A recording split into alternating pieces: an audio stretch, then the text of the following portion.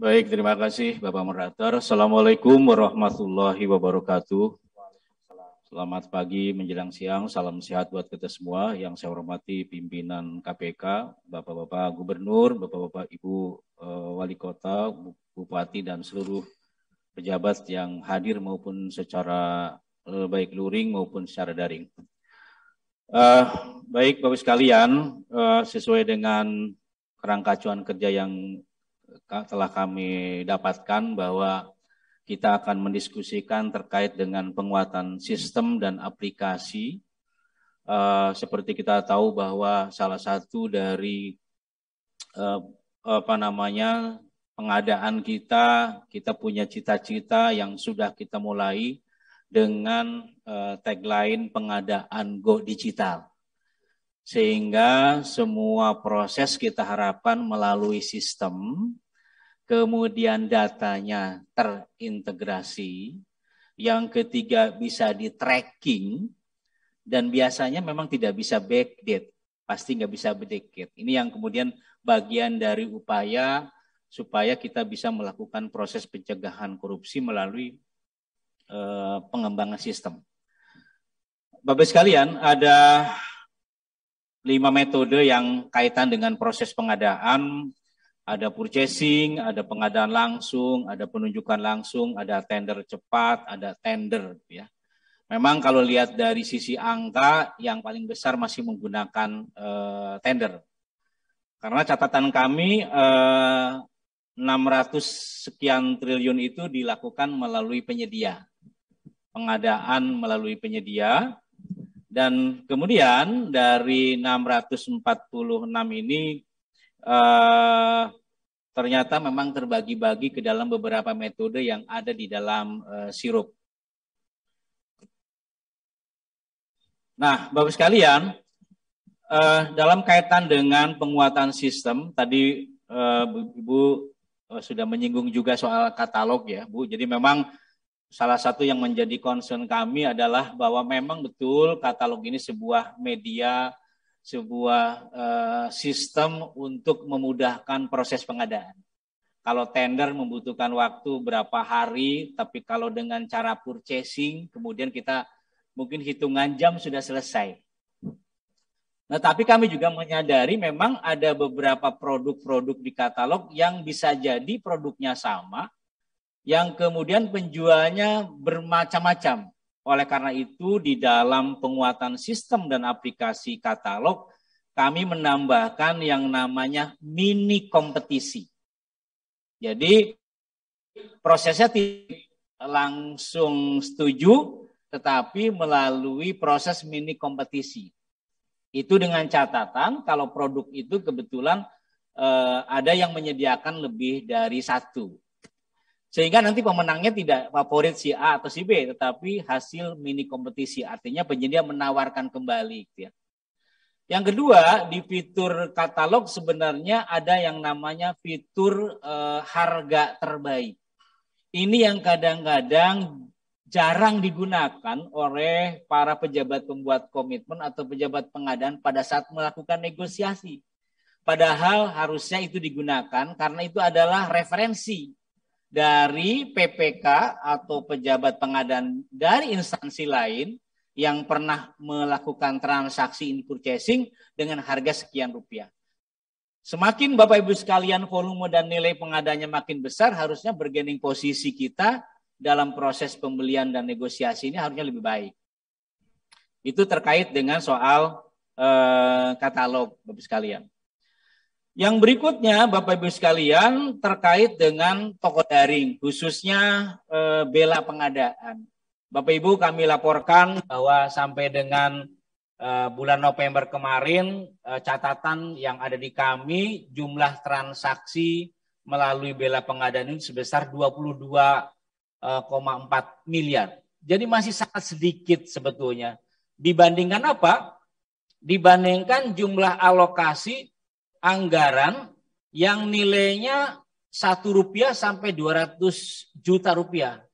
Ternyata catatan kami bahwa nilai paket yang kecil-kecil itu juga ternyata secara nasional sangat besar. 80,32 triliun angkanya. Kecil-kecil betul, tapi banyak ya. Ini saya kira juga walaupun kecil, kalau dikecil juga kemudian ternyata proses pengadaannya tidak benar, ini potensi sekali untuk dilakukan ada semacam korupsinya.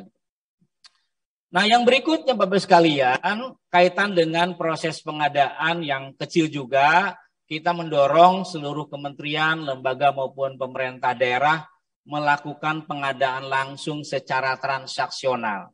Artinya tidak lagi proses yang manual, tetapi penyedia yang mau kita tunjuk dalam proses pengadaan langsung itu diundang by system, dinego by system. Sehingga semuanya akan menjadi transparan. Berapa sih nilai paketnya, berapa sih nilai negosiasinya, siapa sih yang sering ditunjuk dalam proses pengadaan langsung. Ini harapan kami memang sekali lagi secara paket kecil, tapi secara nasional 80,3 triliun seluruh anggaran yang dibelanjakan melalui pengadaan langsung. Yang berikutnya Bapak sekalian, di dalam kaitan dengan pengembangan sistem pengadaan secara elektronik atau SPSE khususnya dalam proses tender, kita tahu bahwa secanggih apapun aplikasi itu potensi untuk dihack itu selalu ada. Selalu ada, namanya IT, namanya sistem. Oleh karena itu dalam kaitan dengan pengembangan kami sudah memuat atau menambahkan beberapa fitur, salah satunya adalah fitur TOTP, Time Based On Time Password. Artinya, kalau penyedia itu akan submit dokumen penawaran, dia akan mendapatkan konfirmasi terlebih dahulu dari sistem. Sama seperti kalau Bapak Ibu mau belanja secara online, misalnya ke Tokopedia, ke Bukalapak, dan seterusnya, dan masih menggunakan kartu kredit, maka Bapak Ibu akan masuk tuh yang namanya passwordnya itu ke nomor HP kita. Ini sama seperti itu. Supaya apa? Supaya memang nanti yang menginputkan ke penawaran itu adalah penyedia yang memang betul dia gitu ya. Ini fiturnya sudah kita kembangkan dan saya kira ini harus kita manfaatkan semaksimal mungkin. Ada keribetan di proses awal karena memang transisi, tapi saya yakin sama seperti kita juga belanja online secara pribadi, kita juga familiar. Itu adalah fitur-fitur yang kita kembangkan untuk lebih mengamankan lagi di dalam proses tender kita. Yang berikut adalah terkait dengan peningkatan keterbukaan publik, di mana publik bisa mengakses informasi. Nah, yang berikut Bapak-Ibu sekalian terkait dengan penguatan vendor management system. Kita sudah punya yang namanya aplikasi Sikap. Sistem informasi kinerja penyedia. Di situ ada profil penyedianya, PT-nya apa, CP-nya apa, alamatnya di mana, kemudian pengalamannya apa saja, gitu ya, sudah terverifikasi atau belum, di situ ada. Dan satu lagi kemudian Bapak Ibu sekalian, di dalam aplikasi Sikap ini kita menambahkan, membenamkan fitur penilaian kinerja. Jadi ketika penyedia itu selesai berkontrak, maka pejabat pembuat komitmen atau kuasa pengguna anggaran atau pengguna anggaran yang berkontrak dengan penyedia memberikan penilaian. Apakah memang kualitas barang jasanya baik, sangat baik atau kurang. Waktu penyelesaiannya seperti apa. Jadi ini semacam rating. Nah, rating inilah akan yang menjadi akumulasi kita sehingga kita akan tahu bahwa penyedia itu punya kinerja pelaksanaan kontrak seperti apa. Mirip dengan kalau kita belanja online. Bapak Ibu mungkin kalau belanja online kan ada rating 500 atau 9 dan seterusnya. Bintang 1, bintang 2, bintang 1, bintang 2, bintang 3 dan seterusnya. Kecenderungan kita sebagai pribadi adalah akan membeli produk yang memang punya bintangnya 5 atau 4, sekian lah. Kira-kira gitu ya. Iya. Justru sebaliknya Pak ya, kalau misalkan tiba-tiba ada bintang 5 milih bintang 1 gitu. Itu bisa jadi. Ya, itu bagian dari upaya kita juga memberikan rating kepada penyedia. Karena Bapak sekalian, ada reward tertentu bagi penyedia yang punya rating bagus.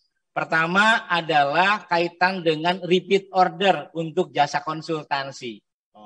Ya, jadi kalau dia memang ratingnya bagus, penilaian kinerjanya bagus, maka dia punya potensi untuk di repeat order. Yang kedua, Bapak sekalian, salah satu juga kaitan dengan rating ini adalah ketika kita akan bermaksud melakukan tender cepat. Kadang-kadang problem kita adalah tender cepat mendapatkan penyedia harga murah, termurah, tapi kadang-kadang kinerjanya nggak bagus. Nah, melalui rating inilah yang kita harapkan kita bisa punya data dan itu menjadi satu informasi yang penting bagi kita pembeli dalam rangka kemudian melihat bahwa kalau penyedia ini punya potensi nanti seperti apa. Ini di dalam kaitan dengan penilaian kinerja. Yang berikut Bapak sekalian adalah soal daftar hitam.